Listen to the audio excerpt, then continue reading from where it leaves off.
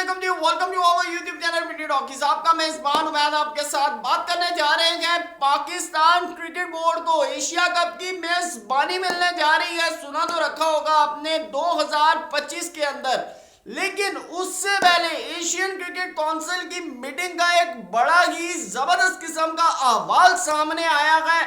हमारे जो इस वक्त के पाकिस्तान के इंटरिम चीफ जो हैं शाह खावर साहब, उनको बड़े तहफ्फुज़ात हैं 2025 की जो पाकिस्तान को जो मेजबानी मिलनी है एशियन क्रिकेट काउंसिल की, उसके हवाले से। और आपको बताता चलूं 2 साल की मेजबानी मिलनी है कंटिन्यूसली पाकिस्तान को। इसके ऊपर क्या अपडेट है ये भी आपके साथ बात करेंगे। साथ साथ बात करूंगा पाकिस्तान क्रिकेट बोर्ड और श्रीलंकन क्रिकेट बोर्ड की जो है बड़ी गर्मा गर्मी हुई है। और इस पूरे सारे मैटर के अंदर जय शाह ने ना फुप्पो का काम इस्तेमाल किया। जी हाँ, बिल्कुल, उन्होंने दाना फेंक के दोनों को लड़वाया है। आखिर क्या वजूहात है, क्या मामला है, इसके ऊपर भी बात करेंगे। साथ साथ इमरान नजीर पाकिस्तान के जबरदस्त किस्म के बल्लेबाज आ गए हैं बाबर आजम को डिफेंड करने, और क्या कुछ कहा है बाबर आजम की फेवर में ये भी आपके सामने रखेंगे। इसके ऊपर अपना तज्जिया भी देंगे। साथ साथ आपको बताते चले इफ्तिखार अहमद ने अभी रिसेंटली जो है सिंध प्रीमियर लीग के अंदर उन्होंने एक प्रेस कॉन्फ्रेंस की, जिसके अंदर उन्होंने असद शफीक के साथ लड़ाई के हवाले से भी बात की। साथ साथ आपको बताता चलूं कि उन्होंने बाबर और रिजवान के हवाले से क्या बात की है, फिर बाद में फौरन ही उसको डिफेंड किया और किस तरह डिफेंड करके खूबसूरत स्ट्रोक खेला, इसके ऊपर भी बात करेंगे। लेकिन अगर हमारे चैनल पे आप नए आए हैं तो चैनल को सब्सक्राइब जरूर कीजिएगा। वीडियो पसंद आए तो इसको भी लाइक करें। साथ साथ कमेंट सेक्शन में अपनी राय से हमें भी आगाह कीजिएगा। तो चलते हैं, सबसे पहले तो बात करते हैं पाकिस्तान क्रिकेट बोर्ड जो इस वक्त एशियन क्रिकेट काउंसिल के अंदर हुआ क्या। शाह खावर साहब, सलमान नसीर साहब दोनों मौजूद थे।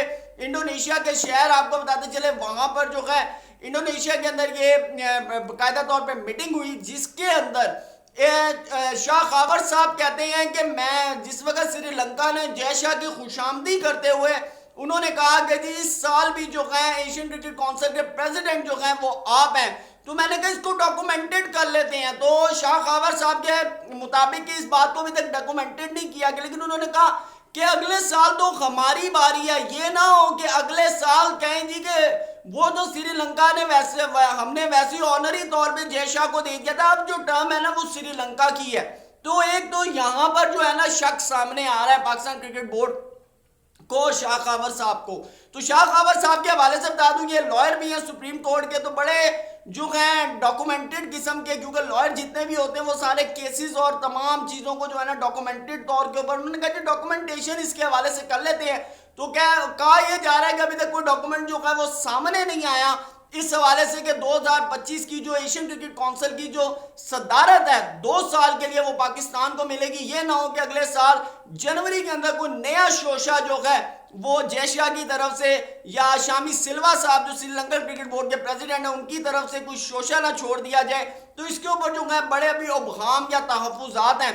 लाजमी बात है, देखें जिस तरह पाकिस्तान के एशिया कप के अंदर जो भी हाइब्रिड मॉडल आया और जिस तरह के भी इश्यूज क्रिएट किए गए, उसके बाद भी शक शुबात तो सामने आते हैं।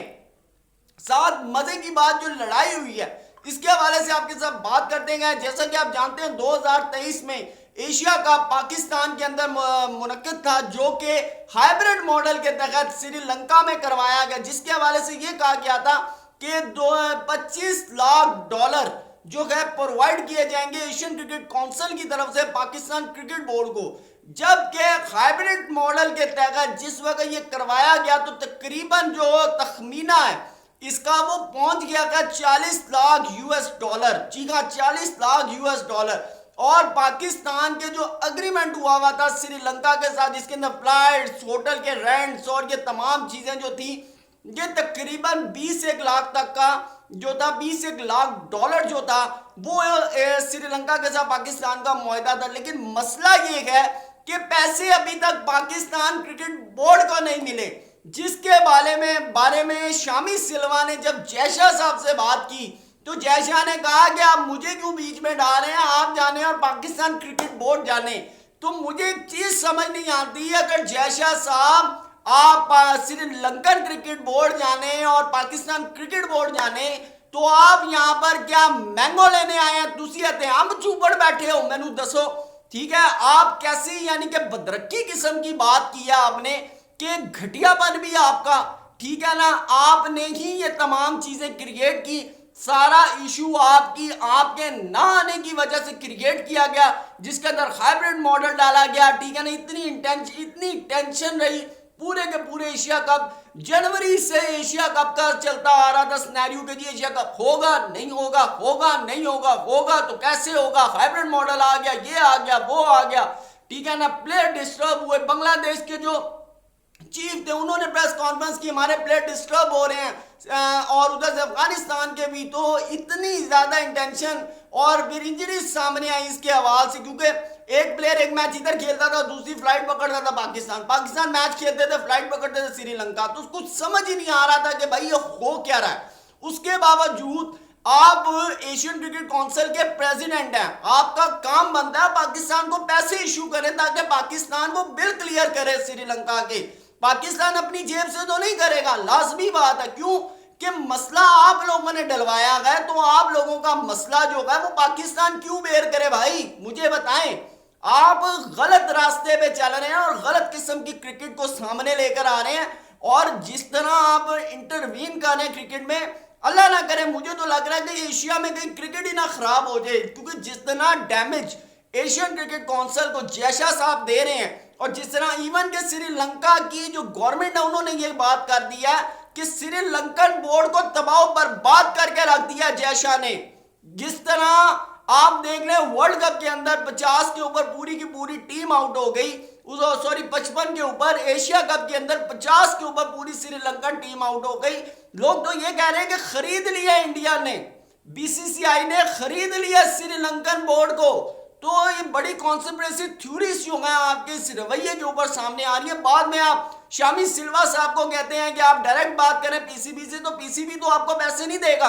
तो इस इश्यू के ऊपर जो है काफी गर्मी सर्दी हुई है इस मीटिंग के अंदर, तो अभी तक जो है इसका कोई सोल्यूशन सामने नहीं आया, तो अभी जो है वो बात यहीं तक पहुंची हुई है।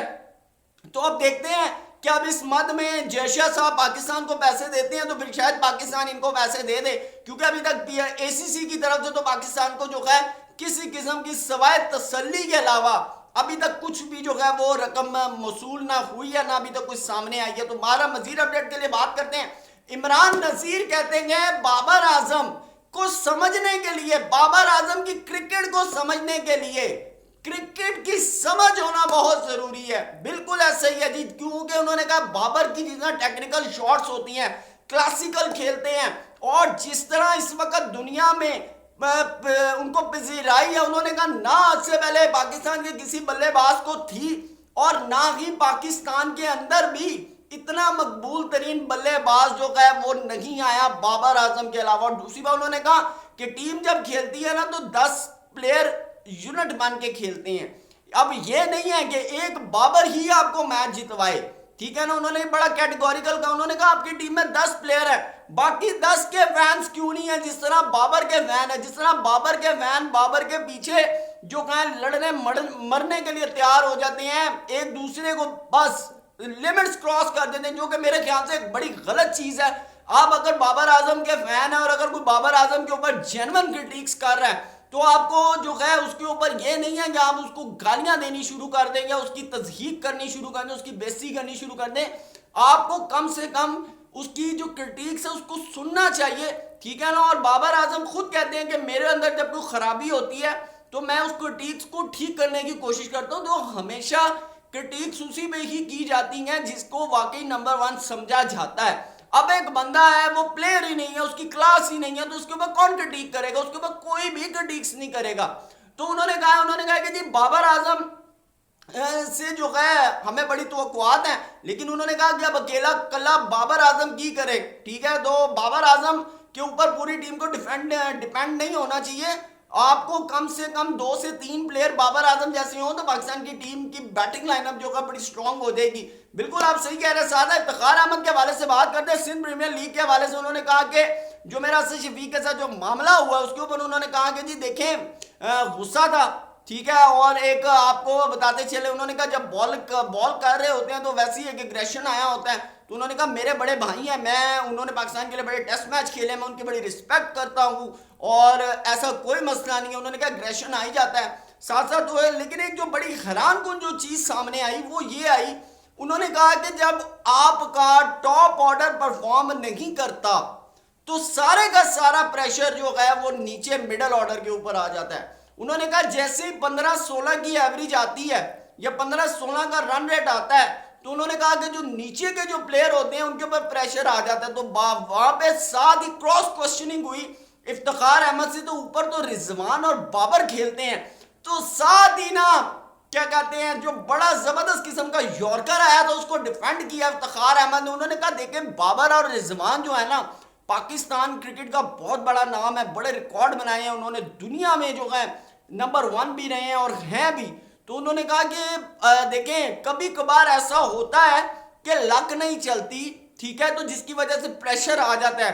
तो मेरे ख्याल से इफ्तिखार साहब आपने क्रिटिक किया तो मेरे ख्याल से उसके ऊपर खड़ा भी होना चाहिए। बात जो आपने की है वो बिल्कुल ठीक की है, लेकिन देखें हर दफा बाबर और रिजवान जो है वो 50 नहीं करते और कर भी नहीं सकते, ठीक है ना। हर दफा बाबर और रिजवान सेंचुरी भी नहीं मार सकते, मिडिल ऑर्डर को भी बाजू का परफॉर्म करना पड़ता है। अब रोहित शर्मा और यशस्वी जायसवाल जिस तरह हैं, या रोहित शर्मा या शुभमन गिल हैं, हमेशा सेंचुरियां नहीं मारते। नीचे से विराट ही परफॉर्म करता है, नीचे से ईशान किशन परफॉर्म करता है, नीचे से के राहुल परफॉर्म करता है, ठीक है ना। और यही लोग नीचे से परफॉर्म करते हैं, तो इनके ऊपर भी रिस्पॉन्सिबिलिटी आती है। अगर 13-14 की एवरेज या 13-14 का रन रेट है तो मिडिल ऑर्डर होता ही इसलिए कि वो 13-14 के रन रेट को जो है कवर करे। तो मेरे ख्याल से अगर आपने क्रिटिक की थी तो उसके ऊपर खड़ा होना चाहिए था। आपने तो फौरन ही जो है यॉर्कर को ऐसे डिफेंड किया, लेकिन छक्का मारने की कोशिश की है। लेकिन हम लोग यहाँ बैठे हैं तो हमें पता है कि वो उनका सरसूख टीम के अंदर है और लाजमी बात है आप वो लोग हैं तो आप भी फिर उनकी वजह से हैं, ठीक है। लेकिन आपकी अपनी परफॉर्मेंस का भी क्रेडिट जाता है, हम ये नहीं कहते कि आपको पर्ची पे रखा हुआ है। दोबारा जी वीडियो पसंद आए तो लाइक कीजिएगा। थैंक यू सो मच, अल्लाह हाफिज़।